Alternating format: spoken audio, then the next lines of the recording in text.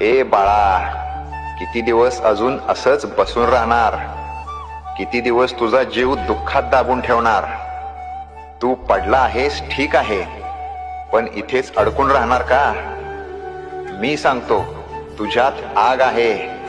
जग तुला थांबवू शकत नाही, फक्त तू स्वतःला थांबवला आहेस. उठ, कारण तू उठला नाहीस तर कुणीच येऊन तुला वाचवणार नाही. तुझं स्वप्न तुझी वाट बघतंय, तुझं भविष्य तुला हाक मारतंय, आणि तुझी हार ती फक्त तुझ्या मनाची गोष्ट आहे. जे तुला कमी समजतात, जे तुला खचताना बघायला आवडतं, त्यांना चुकीचं सिद्ध करायची वेळ आली.